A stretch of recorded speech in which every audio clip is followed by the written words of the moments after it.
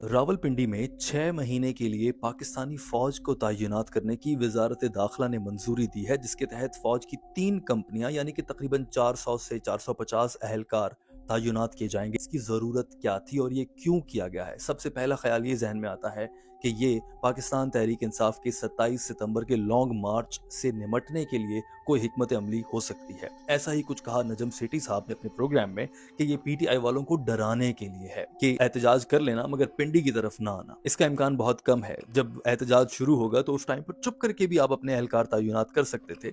इसके लिए बाकायदा मंजूरी की जरूरत बिल्कुल भी नहीं थी। इसके अलावा कुछ लोग ये कह रहे हैं कि साबिक वजीर आजम इमरान खान और उनकी अहलिया बुशरा बीबी का अब फौजी ट्रायल 9 मई के केसेस में शुरू होने लगा है, क्योंकि जो अस्पताल लाया गया था उसके जरिए उनकी बहन ने खुद ऑन कैमरा कह दिया है कि मेरे भाई की सेहत अब बिल्कुल ठीक ठाक है, ब्लड प्रेशर आइडियल 120/80 है।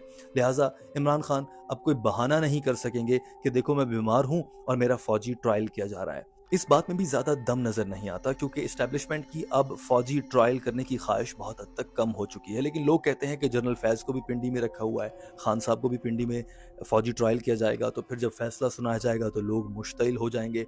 उससे निमटने के लिए शायद यहाँ पर ये एहलकार तैनात किए जाएंगे। लेकिन याद रखिए कि अगर कोई ऐसी सूरत हाल पैदा होती है तो उसको एड हॉक यानी कि इमरजेंसी बेसिस पर बड़े आराम से कवर किया जा सकता है। और 400 से 500 एहलकार तो इस्लामाबाद रावलपिंडी में फौज के वैसे ही मौजूद होते हैं, तो इसके लिए बाकायदा मंजूरी की जरूरत नहीं है। इसके अलावा ऐसा लगता नहीं है कि फौज इस वक्त पर इमरान खान के मिलिट्री ट्रायल का सोचेगी। इस मामले पर एक कॉलम लिख दिया पाकिस्तान तहरीक इंसाफ के हामी शाहीन सहबाई, जो तज्जियाकार हैं, उन्होंने तो दिमाग को बिल्कुल चकरा के रख दिया है। वो ये कहते हैं कि दरअसल फील्ड मार्शल ने आने वाले दिनों में पाकिस्तानी फौज में कुछ अहम तकर्रुरियां करनी हैं। कुछ जर्नैल DGISI से लेकर बाकी सब अहम ओहदों पर तैनात करने हैं अपनी पसंद के आदमी।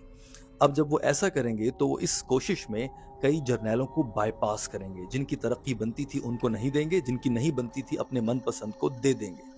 और जब वो यूं करेंगे तो वो जिनकी तरक्की या हक मारा जाएगा वो बहुत मुश्तिल हो जाएंगे, हंगामे फूट पड़ सकते हैं। शाहीन साहबाई साहब ने तो ये तक लिख दिया है कि जो तरक्की पाने वाले अफसरान होंगे उनके अमलाक, घरों, बच्चों, उनकी गाड़ियों पर हमले किए जाएंगे। एक मौके पर यह तक कह दिया कि उनके बच्चों को उठाकर ले जाएंगे वो जर्नैल या उनके हामी लोग या सिपाही जो कि समझते थे कि इन लोगों को हक मिलना चाहिए था, लेकिन उनको हक नहीं दिया गया। शाहीन साहबाई के इस तज्जिए में तहरीक इंसाफ के हामियों के लिए बहुत पुरजोश और गर्म जबान इस्तेमाल की गई है, जिसे सुनकर पीटीआई वाले बहुत पुरजोश हो सकते हैं।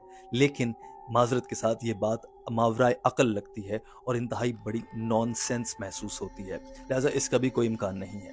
मुनीब फारूक, जो कि पाकिस्तान की फौज के एक पैगाम रसा या फिर तर्जुमान माने जाते हैं, वो ये कहते हैं कि मेरी अहम सिक्योरिटी जराए से इस बारे में बात हुई। उन्होंने बताया कि ये रूटीन के मामलात हैं और रूटीन के मुताबिक हो रहा है। कभी जरूरत पड़ती है तो रख लेते हैं, नहीं होती तो वापस भेज देते हैं। इसमें कोई बड़ी बात नहीं है जैसे लोग इसके इर्द गिर्द कॉन्स्पिरेसी थ्योरीज या साजिशी मफरूजात घड़ रहे हैं। सवाल यह है कि इनमें से सच कौन सा है, इनमें से कोई सच है या कुछ और है। जाहिर है कि ये तो वक्त ही बताएगा, लेकिन मेरी अकल ये समझती है कि ये इतनी बड़ी खबर है नहीं जितना इसे बना दिया गया है। आप क्या समझते हैं?